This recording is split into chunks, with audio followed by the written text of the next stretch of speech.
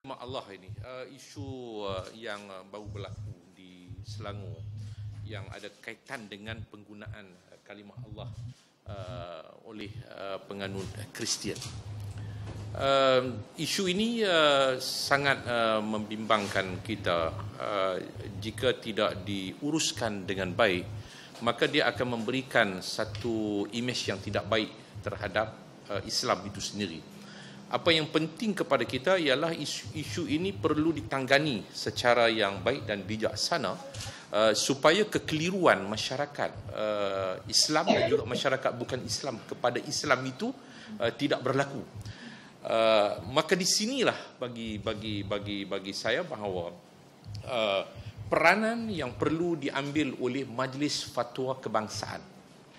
Sebab itu saya pada pagi ini ingin menggesa Majlis Fatwa Kebangsaan untuk menyelesaikan persoalan ini secara yang bijaksana dengan mengambil garis-garis Islam yang sebenar. Sebab kekeliruan sekarang ini timbul kepada masyarakat bukan Islam, khususnya kepada masyarakat Kristian. Timbul kekeliruan.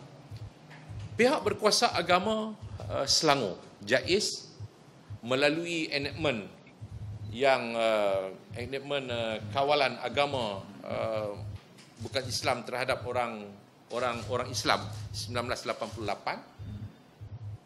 telah pun termaktub mengatakan bahawa kalimah Allah tidak boleh digunakan oleh penganut lain daripada agama Islam. Itu jelas. Itu yang disebut dalam enactment. Dan saya percaya bahawa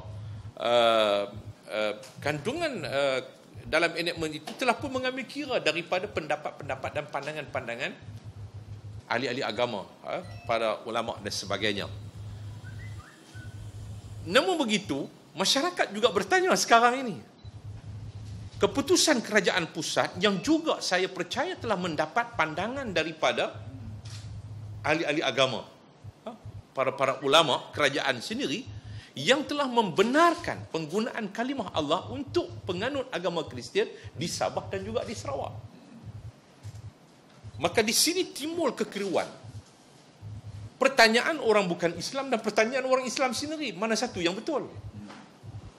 Apakah pendirian pihak berkuasa agama negeri Selangor itu merupakan pendirian yang betul, yang selari dengan agama Islam, ataupun pendapat dan keputusan kerajaan pusat melalui kabinet setelah mendapat pandangan para ulama yang mengizinkan penggunaan kalimah Allah kepada penganut Kristian di Sabah dan di Sarawak, adakah itu merupakan pendirian dan keputusan yang selari dengan ajaran Islam, kehendak Islam? Di sini timbul kekeliruan. Jadi sebab itu saya nak minta supaya Majlis Fatwa Kebangsaan membuat satu ketetapan. Mana satu pendirian yang betul, yang selari dengan kehendak agama? Apakah pendirian yang dibuat oleh pihak berkuasa agama negeri Selangor itu bertepatan dengan Islam, ataupun keputusan kabinet di bawah kepimpinan Datuk Seri Najib yang merupakan Presiden UMNO, seorang Melayu beragama Islam, ada menteri kabinetnya juga menteri yang jaga agama, yang bersetuju untuk penganut Kristian di Sabah dan di Sarawak menggunakan kalimah Allah. Adakah itu merupakan selari dengan kehendak agama?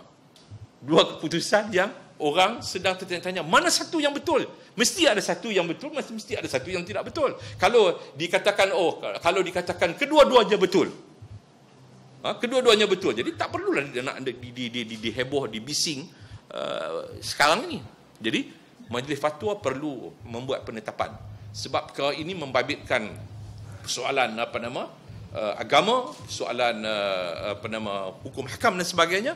Jadi rakyat, khususnya orang Islam dan juga orang bukan Islam, nak tahu mana satu pendirian yang selari dengan kehendak agama.